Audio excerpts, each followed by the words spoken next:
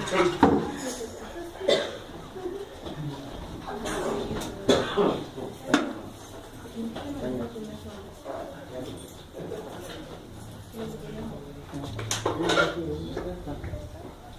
paz del Señor. ¡Gloria a Dios! ¡Amén, amén!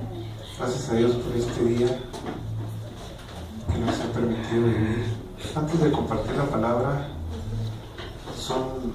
un anuncio. El día de mañana iniciamos oración de 7 a 8:30, media hora para peticiones y 1 hora de oración, sin plática, sin música, sin oración. ¿De acuerdo? No es mañana solamente, es un programa de oración todos los lunes. Y si se portan bien, pues tendremos próximamente estudio bíblico viernes. Así es que esfuércense, aproveche, porque un día ya no voy a estar aquí. Un día voy a decir, ¿dónde está el hermano? Y ya me fui. Ya estaré muy lejos. Y ya me verá. Y se acabó y no quiero ver. Te quería, hermano, gracias a Dios por nuestro hermano Víctor. ¿Qué es eso para el hermano? Dios bendiga, Dios lo guarde, hermano. Ahorita me dio gusto verlo y entró fortalecido el hermano. ¡Gloria a Dios! Las últimas veces que nos dimos andaba muy decaído el hermano, pero gracias a Dios que Dios lo ha fortalecido. También se encuentra aquí Mónica. ¿Sí conocen a Mónica? ¡Amén, amén! A ver, hermanos, los de acá, o sea, nomás me contestan así por inercia. A ver, ¿ustedes conocen a Mónica? ¡Amén! ¡Gloria a Dios! ¡Aleluya! ¡Gloria a Dios! ¿Los de acá conocen a Mónica? Mire, una hermana, 2 hermanas, 3, 4, 5, 6, 7, 8, 9, 10, 11 que no conocen a Mónica. Pase, hermano, para que la conozcan. Un saludo. Adiós, aleluya. Gloria a Dios, esta es su casa, amén. Gloria a Dios, aleluya. Paz de Cristo, hermano. Amén, amén. Gloria a Dios. Hermano, ahí siempre anda metiendo en aprietos. Bueno, pues estoy muy contenta y le doy muchas gracias a Dios por permitirme ver el rostro de cada uno de ustedes. Tenía ganas de venir ya para acá hace algún tiempo y no me había dado la oportunidad. Pues igual para estarme aquí juntamente con ustedes y darle la bendición, no sé si Dios los bendiga, hermanos. Yo soy Mónica. Dios la bendiga, la guarde. Dios la bendiga, Dios la guarde. En su casa, amén. Gloria a Dios. Amén, Dios la bendiga. Dios bendiga a todos. Su esposo también, Irving, Dios lo bendiga. Y trae otro niño también que desaparece pequeño. El Señor lo bendiga y lo siga guardando. Bien, Isaac también. Digo, ¿cómo has estado? Dice, bien, dice, allá adentro está mi otro hermanito. Y gracias a Dios por todo. Hemos estado publicando ahí en un grupo que tenemos en el Face, ya que somos adictos al Face. Pequeñas reflexiones, espero que sirvan para las personas que las leen. Y publicábamos también una cuenta regresiva, bastantes días. Faltan 2 días y empezaron a preguntar 2 días por qué o para qué. Alguien preguntó, yo necesito que me digan qué 2 días para qué. Y nomás los dejaba en suspenso. Ya nos estamos acercando. Ya mero llegamos.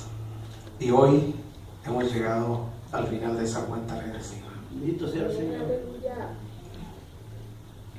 Hoy, por la gracia y la misericordia de Dios, 19 de abril del año 2015, estamos de fiesta, mi esposa y un servidor. Gloria a Dios. Hemos cumplido hoy 35 años de casados. Gloria a Dios, aleluya. Y le damos la gloria al Señor Jesús. Hemos pasado pruebas, hemos pasado escasez, hemos tenido problemas, hemos pasado enfermedad, hemos tenido todo lo que usted ha tenido, quizá, o quizás más, o quizás menos. Pero aquí estamos, hermano. Aquí estamos, y yo voy a invitar a mi esposa para que pase unas palabras breves, porque ya nos ha ido el tiempo. Y adelante. Amén. Gracias, Cristian. Amén, amén. En esta mañana estoy contenta y agradecida con Dios porque Dios nos ha dejado llegar a nuestros años, 35 años, se dicen fácil, pero pues es toda una vida, es ahí donde perdimos nuestra juventud, ahí es donde acumulamos nuestra juventud.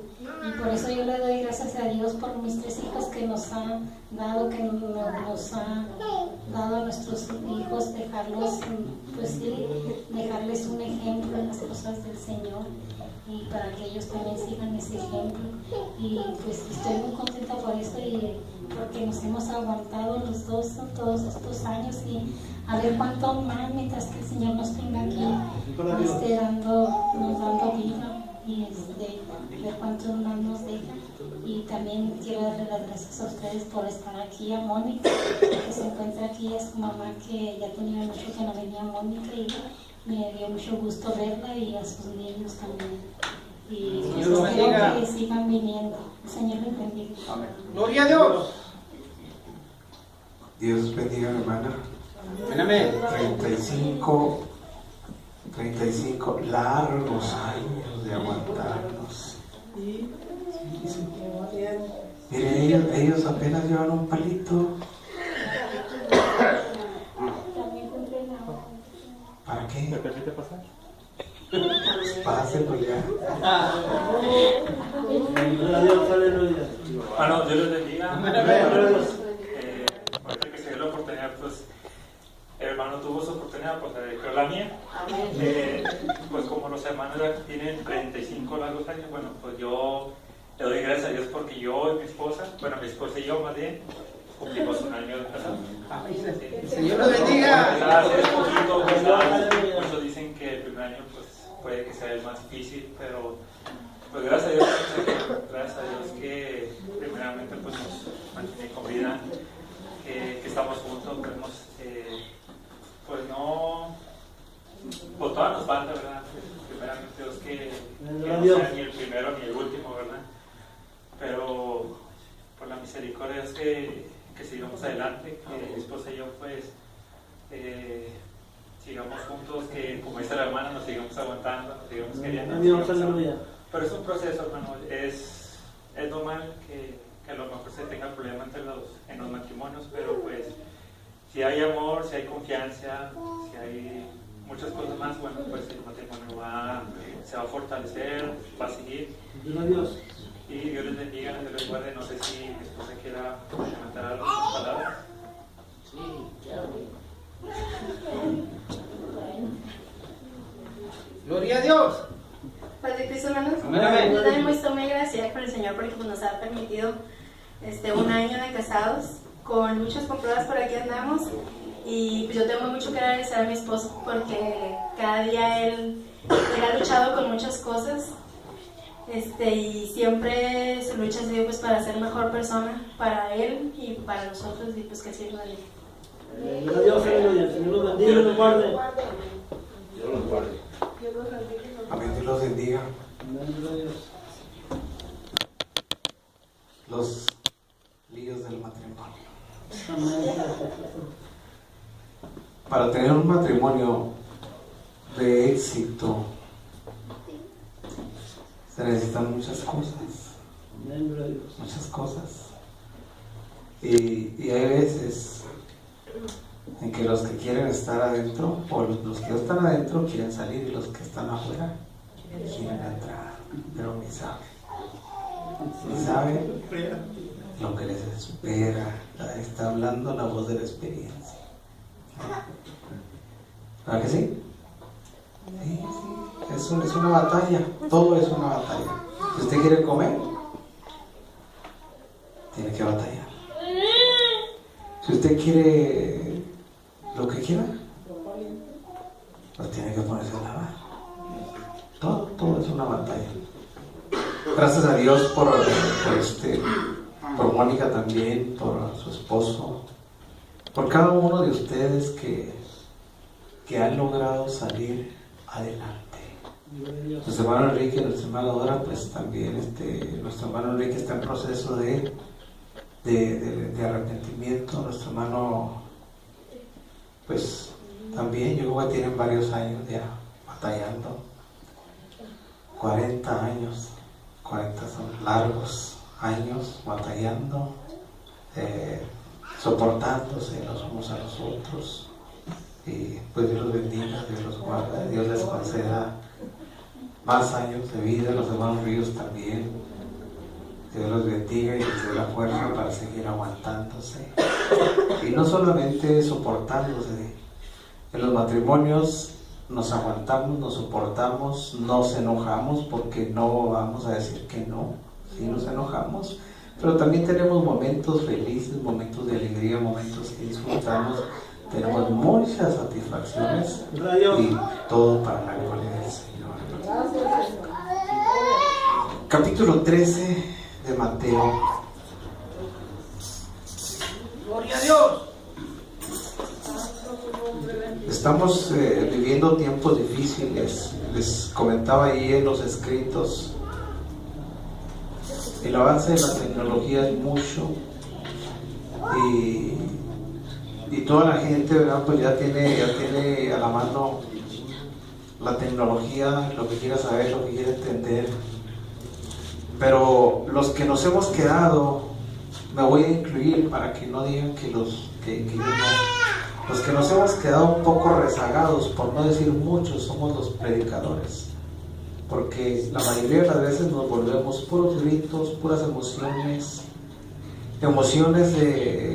que son producto a veces de la ignorancia. Yo les he comentado muchas veces, estuvimos en una campaña. ¿Usted sabe quién es el diablo? No lo sabe. El diablo es un ser monstruoso, es un ser que no anda aquí, no anda por los aires, allá tiene su reino en las tinieblas, allá está. En una campaña se acaba la luz, y se estaba acabando la luz porque tenía un breaker de muy poca capacidad, se calentaba y se botaba. Y los hermanos iban y lo restablecían y otra vez se volvía a calentar y se volvía a botar. O sea, era un error humano, no estaba de acuerdo a la capacidad, a la carga que tenía. Entonces el hermano que está presidiendo, tomado por la emoción, empieza a reprender al diablo. El Señor reprenda al diablo, el Señor reprenda al enemigo, el Señor reprenda al diablo y el enemigo no nos va a robar la bendición. Y yo estaba escuchando y yo sé que no es el diablo. Yo dije, voy a ver qué es lo que sucede. No, pues era un breaker de 20, capacidad que no soportaba la carga que vi. Entonces le dije al hermano que si me daba permiso de arreglarlo, decía, arréglelo, bueno, quité la tapadera, había otros breakers de más capacidad vacíos, cambié ahí el asunto. Pero estaba el hermano, se apagaba la luz, el Señor reprenda al diablo, y se volvía a prender la luz, gloria a Dios, y se volvía a apagar, y otro reprendía al diablo. En una de esas dice, hermano, dice, ¿qué desean para el diablo? Y él mismo dice, que el Señor lo reprenda, que hay en el eje Juan Gabriel pase un carro y lo machuque y que le dé diabetes. Y digo, pues, ¿por qué serán tan bobos los hermanos, hombre? Digo, ¿cómo? ¿Usted cree que un carro va a machucar al diablo? ¿Y usted que le va a dar diabetes? Digo, ay, Dios mío, digo, pero ¿por qué serán tan tontos? ¿Por qué tanta ignorancia?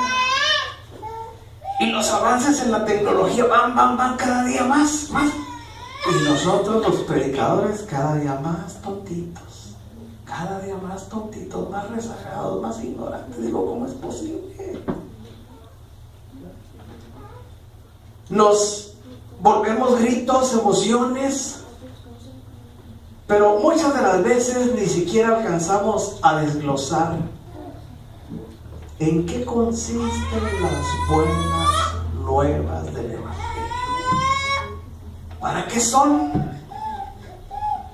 Yo estoy seguro que un gran porcentaje de la iglesia no lo sabe. Y no lo sabe porque se ven los escasos resultados. No hay resultados. Capítulo 13 de Mateo es la famosa parábola del sembrador, hermano.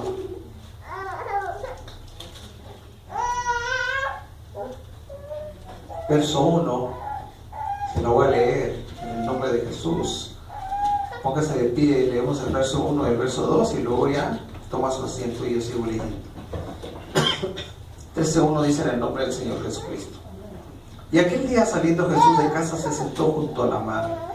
Y se llegaron a él muchas gentes, y entrándose él en el barco, se sentó, y toda la gente estaba en la ribera. Tome su asiento. Y les habló muchas cosas por parábolas, diciendo: he aquí el que sembraba salió a sembrar, y sembrando parte de la simiente cayó junto al camino, y vinieron las aves y la comieron. Parte cayó en pedregales donde no tenía mucha tierra, y nació luego porque no tenía profundidad de tierra, mas saliendo el sol se quemó y secóse porque no tenía raíz. Y parte cayó en espinas, y las espinas crecieron y la ahogaron. Parte cayó en buena tierra y dio fruto con la 100, con la 60, con la 30. Y luego el verso 9 dice: quien tiene oídos para oír, oiga. Como que el Señor Jesús hace un llamado de atención a que consideres, a que reflexiones, a que realmente escuches con atención el mensaje que Él está enviando, porque a veces oímos, pero no logramos a comprender. Vaya, ni siquiera, a veces no estamos ni en la plática, a veces tenemos que decir: perdón, ¿me lo puedes repetir otra vez? ¿Por qué? Porque no estamos atentos. Entonces sigue diciendo: quien tiene oído para oír, oiga. Entonces, llegándose los discípulos, le dijeron: ¿por qué les hablas por parábolas? Y respondiendo les dijo: porque a vosotros es concedido saber los misterios del reino de los cielos, mas a ellos no es concedido. Porque a cualquiera que tiene se le dará y tendrá más, pero el que no tiene, aún lo que tiene le será quitado. Verso 13, por eso les hablo por parábolas. Y luego fíjense cómo dice: porque viendo no ven, oyendo no oyen, ni entienden, dice, de manera que se cumple en ellos la profecía de Isaías, que dice: de oído oiréis y no entenderéis, y viendo veréis y no miraréis.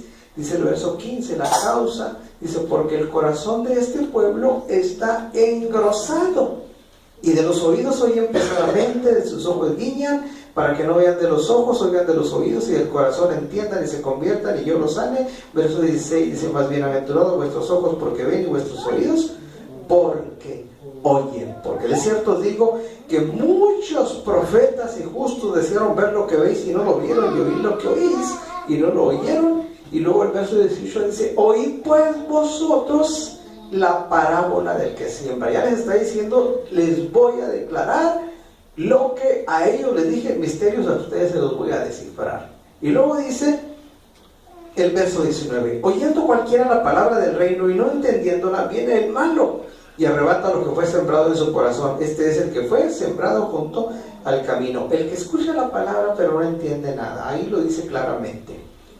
Y el que fue sembrado en pedregales, este es el que oye la palabra y luego la recibe con gozo, mas no tiene raíz en sí, antes es temporal, que venida la aflicción o la persecución por la palabra luego se ofende. Usted le anuncia el evangelio a una persona se le hace bonito, pero ya cuando la persona ve que tiene que hacer compromiso con Dios, cuando ve que hay muchas cosas que dejar, pues dice: no, mejor estoy o sigo como estoy. Es el que fue sembrado en pedregales. Dice el verso 21: mas no tiene raíz en sí, antes es temporal, que venida la aflicción o la persecución por la palabra luego se ofende. Verso 22: el que fue sembrado en espinas, ahí es donde está ubicado un gran porcentaje de la iglesia de Dios. El que fue sembrado en espinas. este es el que oye la palabra.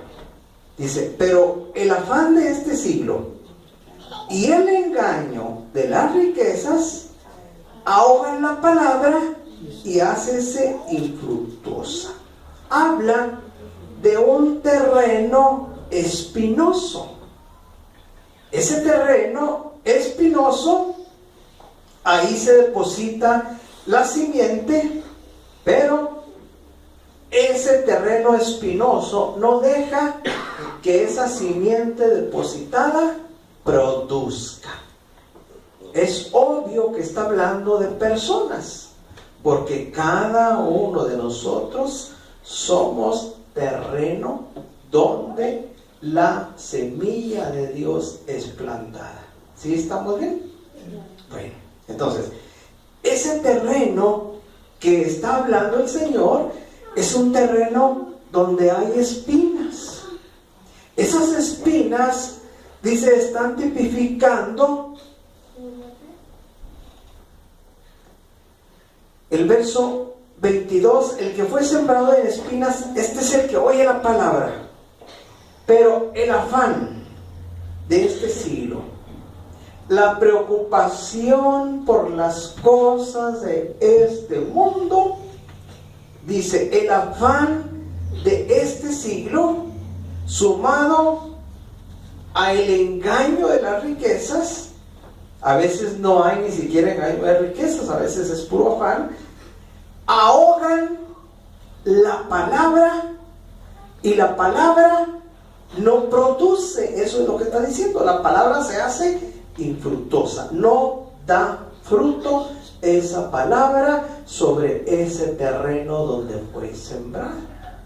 Ahora, ese terreno es el corazón de la persona. En palabras sencillas, ese terreno es el corazón de la persona. Ahora, ese terreno, ahí en ese terreno se deposita la simiente. Ahora, yo quiero que usted considere la simiente que cayó junto al camino, la simiente que cayó en pedregales, la simiente que cayó en terreno espinoso, es la misma simiente o es la misma semilla que cae en buena tierra. ¿Cuál es la diferencia? La diferencia no está en la semilla, la diferencia está en el terreno. ¿Sí estamos bien? Bueno, entonces, le decía hace unos momentos, un gran porcentaje de la iglesia de Jesucristo es terreno lleno de espinas. ¿Por qué? Porque no hemos alcanzado a comprender las cosas más simples, las cosas más elementales. Les escribo yo, ¿verdad?, en las reflexiones, nos preciamos de ser nuevas criaturas. Eres nueva criatura. Contestamos automáticamente por la gracia y la misericordia de nuestro Señor Jesucristo. Y usted pregunte a cualquier congregado, ¿usted es nueva criatura? Y le va a decir que sí. El 100% va a decir somos nuevas criaturas. 100% de cristianos vamos a decir somos nuevas criaturas. Bueno, pero ¿qué hay de esa nueva criatura en la vida de cada uno de nosotros? Nuevas criaturas. Es muy simple. ¿En el pasado éramos nuevas criaturas? No, dice Pablo, viejo hombre viciado conforme a los deseos del error. Venimos al Señor y del Señor para acá, nuevas criaturas. Pero si seguimos en las mismas de acá, ¿qué está sucediendo? Por ejemplo, allá era mentiroso, ¿sí o no? Llego y acá sigo de mentiroso. Ahorita venía conversando con mi esposa, con mi hija. Digo, ¿por qué? ¿Por qué la gente de Dios con facilidad miente? Y me pregunto, digo, ¿qué acaso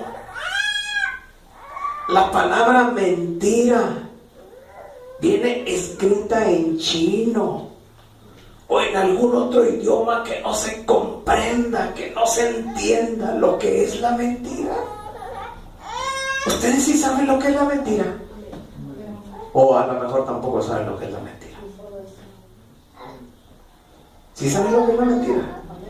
Bueno, ¿por qué la gente que es nueva criatura, que se precia de ser nueva criatura, que se precia de tener esperanza, por qué siguen igual de mentirosos? ¿Por qué? Por ejemplo, allá en el pasado, digo, los que eran o las que eran celosas, allá, ¿por qué? Porque se vive una vida ajena a la vida de Dios totalmente, pero viene uno a Dios, y Dios en la vida de uno es el parteaguas, o sea, es el que marca la historia, no solamente en el género humano, sino en nuestras vidas. Existe un antes y después de Cristo en la historia de la humanidad, y existe un antes y un después en nuestra vida. En el antes éramos celosos, o eran celosos, o eran celosas, llegan al Señor y viene el después y continúan igual de celosos y de celosas. ¿Es cierto o no es cierto? ¿Ah, que sí? Bueno, ¿y por qué? Eso es lo que yo no alcanzo a entender, como luego se dice, que alguien me lo explique por qué sucede todo eso. ¿Dios estará de acuerdo en todo eso? ¿Sabemos nosotros que Dios no se agrada? Pues algunos sabemos, nosotros a lo mejor ni por aquí los... Bueno, ¿por qué suceden todas esas cosas?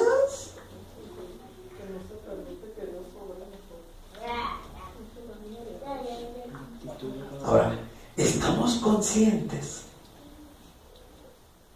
de cuál va a ser nuestro destino final? Por ejemplo, una de las cosas que a mí me asombran, de plano, me quedo sorprendido por qué existe tanto cristiano mentiroso. ¿Por qué? ¿Por qué? ¿Qué acaso no entienden? ¿Qué acaso no han leído? ¿Qué acaso no les han explicado que los mentirosos no van a heredar el reino de los cielos? ¿O no dice así la palabra?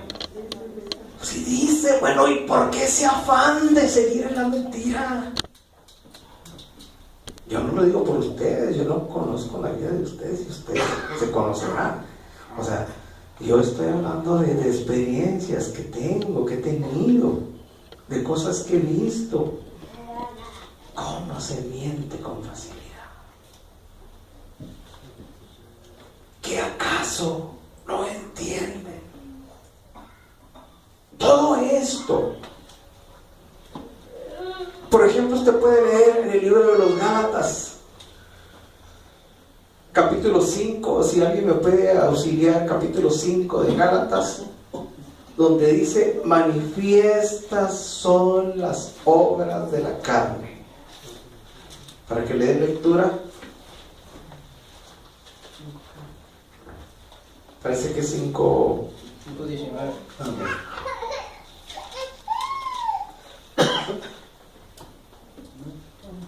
Amén, hermano. Y manifiestas son las obras de la carne, que son adulterio, fornicación, inmundicia y lascivia. Síganme.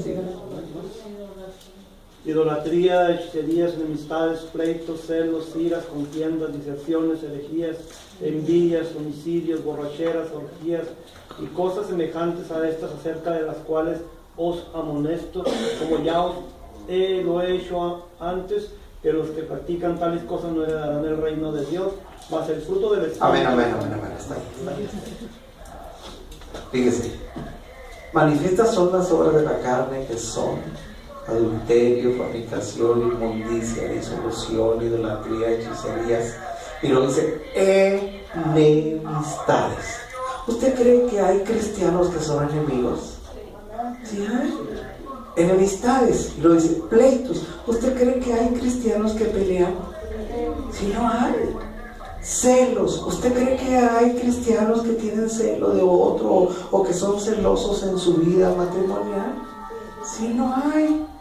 Enemistades, pleitos, celos, iras. ¿Usted cree que hay hermanos que son víctimas o presas de la ira? Contiendas. ¿Usted sabe que hay hermanos contenciosos? Bueno, sí lo hay, pero ¿por qué? Esa es la pregunta, ¿por qué? Porque no han entendido. Bueno, ¿y por qué lo han entendido? Si son cosas muy simples, que no se necesita usar un traductor. No está en inglés, no está en chino, no está en francés, no. Está en un lenguaje sencillo, entendible para cada uno de nosotros. Bueno, entonces, ¿qué es lo que sucede, pues?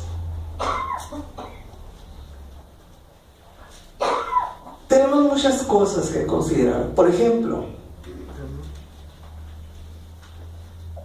nosotros queremos llegar a ser semejantes al Hijo de Dios. ¿Sí o no? Bueno, nos hemos puesto a considerar cómo es el Hijo de Dios. Sin mancha. ¿Y nosotros? A lo parecemos cebras o leopardos. Los dálmatas. Todos manchados. Bueno, pero ¿por qué estamos manchados? Seguimos con las interrogantes. Es prédica de interrogaciones. ¿Por qué estamos manchados? ¿Por qué estamos manchados? ¿Por qué no entendemos? ¿Por qué no hay un avance en nuestra vida? Porque yo no creo que el sacrificio de nuestro Señor Jesucristo haya sido un sacrificio para llenar su iglesia de pura gente ignorante que no sabe ni de dónde viene ni a dónde va. Yo no lo creo. Si la Biblia habla del pueblo de Dios como un pueblo sabio, como un pueblo entendido, como un pueblo que está por sobre los demás pueblos de la tierra. ¿Sabe usted qué concepto tienen las gentes de nosotros? Que somos hipócritas, que somos ignorantes, que somos fanáticos, y todo eso es cierto, todo eso es mentira. Bueno, yo no quiero estar en esa concepto de la gente, no. Ni quiero que la iglesia de Jesucristo esté en ese concepto. Bueno, pero ¿qué sucede pues?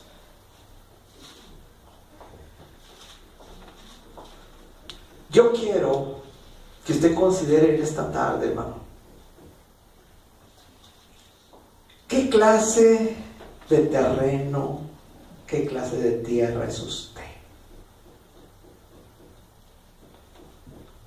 A las mujeres que les gusta sembrar, yo creo que hasta hacen un ahorrito ahí, un pesito, 2, 3, 4, 5, compran su plantita, si es un rosal, lo que gusten, y no solamente compran la planta, compran su bolsita de tierra. ¿Por qué? ¿Por qué compran una bolsa de tierra? ¿Por qué no van y agarran del baldío que está ahí tierra con piedras y espinas? ¿Por qué? Porque no es buena tierra. Ustedes saben o no saben. Sí saben. El terreno es muy importante. Bueno, si yo o si la semilla que fue depositada en mi vida no está produciendo, ahí es donde entra mi parte. No la parte del vecino ni la parte del hermano, no. Ahí es donde entra mi parte. Mi parte. Yo les he escrito de varias formas si estás siguiendo a la iglesia, si cantas, si oras, si aún predicas, pero sigues siendo el mismo con tus cuestiones negativas, algo no está funcionando. Algo está marchando demasiado mal. Y les recomiendo un examen. Te va a hacer muy bien. Si yo me analizo a la luz de la palabra y me doy cuenta de que no avanzo, es hora de hacerme un examen a la luz de la palabra. ¿Cómo está mi vida? Yo no tengo por qué examinar a mi esposa, porque si yo me pongo y examino a mi esposa le voy a encontrar 1000 defectos. No. O sea, mi vida. Porque todo comienza de uno. A veces queremos cambiar el mundo y nosotros no cambiamos. No, tenemos que cambiar nosotros. O sea, el examen tiene que empezar en mi vida. Yo tengo que examinar mi persona. ¿Cómo era en el pasado? Pues era muy enojón. ¿Y cómo soy ahora? Pues igual. Bueno, entonces, ¿qué sucede? ¿Cómo era en el pasado? Malicioso. ¿Y cómo soy ahora? Pues tantito peor. Bueno, ¿qué está sucediendo? Es que Dios no me ha... que no, ahí hay otra cosa. Dios hace un milagro. Dios nos saca de la inmundicia y nos pone sobre la peña. Pero el proceso de perfección de la obra de Dios en la vida nuestra no es asunto de Dios solamente. Es trabajo mío. Yo tengo que examinarme a la luz de la palabra y tengo que ver si la palabra realmente está produciendo en mi vida. Si estoy en un terreno donde no produce, tal vez esté en el terreno espinoso. Y si me doy cuenta de que soy terreno espinoso, entonces debo de considerar afanes. La gente de este tiempo, algunos, no voy a generalizar, algunos son muy trabajadores, otros son muy flojos. Los que son muy trabajadores, horas extras, días festivos y corrido toda la semana sin parar. Día y noche, los 24, trabajan, mucho trabajo. Bueno, ese mucho trabajo, esa mucha ocupación, hace que la palabra se vuelva una palabra que no produce. ¿Por qué? Porque el hombre está afanado, la mujer está afanada, trabajan mucho. Y la consecuencia de todo ese desgaste físico es cansancio. Están cansados y no tienen ánimo para orar, mucho menos para escudriñar. Apenas agarran la palabra del Señor y empiezan a hojear el capítulo 13 de Mateo y sienten que los párpados les caen. Una pesadez que viene. Entonces no hay el tiempo, no hay la energía para estar unos momentos hablando con Dios. No hay tiempo, ni la energía, ni el deseo de meditar en la palabra, porque algunos dicen, no la entiendo, yo mejor ni leo. Es que apenas abro la Biblia me da sueño. Es que no entiendo. Yo, algunos dicen, no, es que la Biblia mejor ni la leas porque no la vas a entender. Unos entienden una cosa, otros otra, y si tú lees Mateo, Marcos te va a decir otra cosa. Total, que son pretextos sobrados. ¿Qué es lo que sucede? En principio de cuentas, el Evangelio es muy sencillo. El Señor vino a anunciar las buenas nuevas. Bueno, ¿en qué consisten esas buenas nuevas? Así, a grandes rasgos, Las buenas nuevas es lo que Pablo dice: no me avergüenzo del Evangelio porque es potencia de Dios. Es un poder de Dios. Dice, para salud, para salvación a todo aquel que cree, al judío primeramente y después al griego. Y ahí a veces caemos en el error porque es potencia de Dios para salvación. Ay, pues yo ya me salvé, gracias a Dios por el Evangelio. Bueno, sí, se salvó. Y después de que se salvó, ¿qué? ¿Ya se acabó todo? No.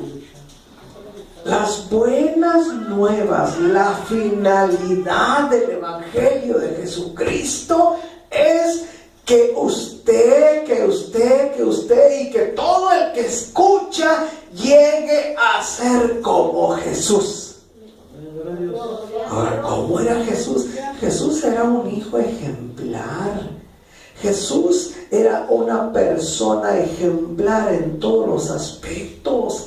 Jesús era un hombre que estaba en todo momento tratando de hacer la voluntad de Dios a pesar de la adversidad. Se retiraba a solas a orar, ayunaba, compartía la palabra, llegaba a la sinagoga y en la sinagoga no estaba como un simple espectador volteando a ver quién entraba o quién no. Ahí dice el escritor a los hebreos: en medio de la congregación yo te voy a alabar. Anunciaré a mis hermanos tu nombre. Entonces, ¿cómo fue Jesús? Sin defecto, sin tacha. Gloria a Dios. Pero ¿a poco no se puede una mentirita blanca? Una mentirita piadosa. ¿A poco no puedo yo decirle a la muchacha que la quiero aunque no la quiera? O sea, cositas así que manchan, que perjudican, que dañan, que van haciendo que la palabra quede ahogada y esa palabra no produzca. Ahora, ¿qué es lo que tiene que producir la palabra en mi vida? No me van a salir macetitas o florecitas. No, también, porque yo creo que algunos piensan que eso les va a salir una maceta o un rosal acá en la cabeza. Por eso dicen, no, mejor que no produzca porque me sale un rosal o me sale una bugambilia. No, no. Porque así hay gente tan simple. ¿Qué es lo que tiene que producir la palabra en mi vida? Un cambio en mi persona. Fruto del bien. Ahí enseguida de Gálatas dice: mas el fruto del Espíritu es amor. Y no es un amor, ay hermano, ¿cómo lo quiero? Y usted me quiere, no, pues también. No, eso no. Un amor sincero, un amor de Dios, un amor que nos impulsa en todo momento ante las circunstancias más adversas, un amor que nos mueve cada día a ser mejores padres, mejores hijos, mejores esposos, mejores esposas, mejores ciudadanos. Fíjense que hay ciudadanos tan terribles que se roban la luz. Pero con la Biblia como escudo aquí en el corazón. Con todo eso, ¿qué sucede? Pues es que no está produciendo. Pero usted los ve con su Biblia como escudo. No se la quitan de aquí. Entonces, el fruto del Espíritu, fíjese, lo que tiene que producir Dios en la vida suya. El fruto del Espíritu es amor. Y luego dice gozo. Gozo. El gozo no es alegría. El gozo es muy diferente a la alegría. A veces podemos estar tristes, pero podemos estar gozosos a la misma vez. Gozo. El gozo del Señor, dice el himnólogo, dice la palabra, el gozo del Señor, vuestra fortaleza es. Es la fuerza del Señor impulsándonos en todo momento. Ahora, ¿de dónde va a salir esa fuerza? De la palabra produciendo en mi vida, una palabra que produce, una palabra eficaz, que nosotros debemos de creer lo que dice el escritor bíblico. Así será mi palabra que sale sale de mi boca no volverá a mí vacía, antes hará y prosperará todo aquello para lo cual es enviado. Entonces, amor, gozo. Y luego dice, paz. Paz. Paz. La paz es algo muy importante en la vida nuestra, que a veces no logramos comprender la importancia de tener la paz de Dios en el corazón. Y la paz de Dios, dice Pablo, la paz de Dios dice que sobrepuja a todo entendimiento. O sea, si tenemos paz, vamos a poder comprender, entender la buena voluntad de Dios. Y si no tenemos paz, va a ser muy difícil que nosotros podamos captar el mensaje de Dios para cada uno de nosotros. No podemos. Amor, gozo, paz. Tolerancia. Tolerancia, tolerancia. Ahí es donde batallamos, tolerancia. Tolerancia. Ay, dice alguien, ay, es que no lo soporto. Pues sí, mi hermano, pero no lo aguanto. Gloria a Dios, aleluya. Bueno, ¿y por qué no lo aguanta? No, es que es tremendo. No, no es que sea tremendo, es que le falta ejercitarse en la tolerancia. Por ejemplo, nosotros, ¿cómo nos consideramos? ¿Buenos cristianos? ¿O somos tremendos en el asunto? No podemos, yo sinceramente no podemos ubicarnos en la calidad de buenos cristianos. Podemos a lo mejor ubicarnos en lo regular. En lo regular. ¿Cómo esto? Pues regular, pues luego como dicen, pues más o menos. Ahora, somos así más o menos, porque no somos ni malos, ni buenos, somos más o menos. Bueno, ¿usted cree? No, tibios no, regulares. ¿Usted cree que Dios nos tolera? Sí nos soporta, nos tolera. Bueno, ¿y por qué nosotros no toleramos? La más mínima ofensa nos infla de coraje. Bueno, ¿por qué? Ya no le hablo, ya no voy al culto, ya me voy a sentar mejor muy lejos de él. Y ya no lo voy a ver, ya no lo voy a voltear. Si por mí fuera ya estaba en otra congregación, y etcétera, etcétera, etcétera, etcétera. Bueno, ¿qué sucede? Que no estamos ejercitados en la tolerancia. El significado de la palabra tolerancia no es ignorancia. Tolerancia es el distintivo de la persona civilizada. Una persona civilizada es una persona que tolera porque sabe que no todos ni tenemos la misma capacidad, ni pensamos lo mismo, ni actuamos igual, o sea que somos diferentes. Entonces, como yo soy una persona, yo me precio de ser una persona civilizada, porque ¿cuántos de los que estamos aquí estamos en estado salvaje? Ahí levanta su mano si alguien está en estado salvaje.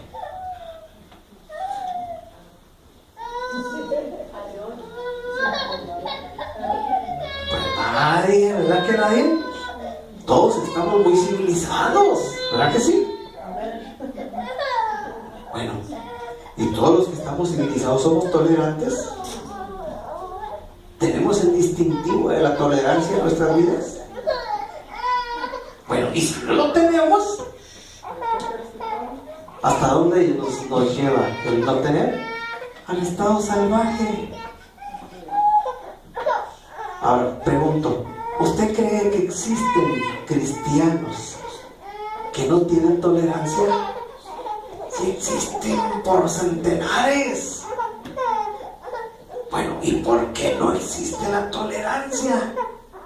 Pues porque la palabra no está produciendo. Estamos hablando del fruto del Espíritu de Dios en la vida del creyente. El fruto del Espíritu es amor, gozo, paz, tolerancia, benignidad, bondad, fe, mansedumbre.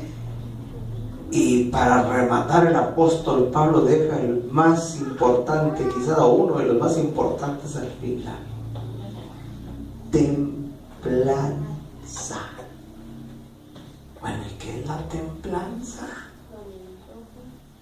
Dominio propio. Ahora, ¿dominio propio de qué? ¿Dominio de qué? De mis impulsos. De que si hay alguna cosa que a mí no me gusta, pues tengo que quizás masajear porque siento que me sube algo aquí. Y ahí es donde debo de poner en obra la templanza. Calma, calma. Decía una hermana: calma, Barrito. Calma, porque sentimos, a veces llega el coraje, llega la ira, que empieza el corazón a latir a 2000 por hora. Y se sienten las palpitaciones aceleradas dentro del pecho. Pum, pum, pum, pum, pum, pum. ¿O no es cierto? Bueno, entonces, ¿por qué? Porque no hay un dominio propio. Somos esclavos de nuestros impulsos. Las emociones nos dominan. Nuestro yo hace lo que quiere con nosotros. Bueno, ¿por qué sucede todo eso? ¿Usted se ha preguntado alguna vez? ¿Así tendremos que ser los cristianos? La respuesta es no. Bueno, entonces, ¿qué sucede? Pues sucede que estamos llenos de tantas cuestiones. Si no somos muy trabajadores, a lo mejor somos muy chismosos, a lo mejor somos muy mentirosos, a lo mejor somos muy celosos, a lo mejor somos muy maliciosos, a lo mejor somos muy flojos, o a lo mejor somos muy todo. Todo eso negativo ahoga la palabra. No digo engaño de riquezas, porque yo no creo que alguno de nosotros aquí ande comprando cachitos de lotería. No, ¿sabes que no? Se lo regalan. Puro probón. Pronósticos. Melate. Oiga, ¿cómo saben, Entonces, afán. Las amas de casa se afanan en los quehaceres. Como las hermanas de Lázaro, había una que estaba escuchando la enseñanza y había otra que estaba afanada. Así a veces quizás nos afanamos. Todo ese afán, aunque no es perjudicial para las gentes, es perjudicial para uno mismo.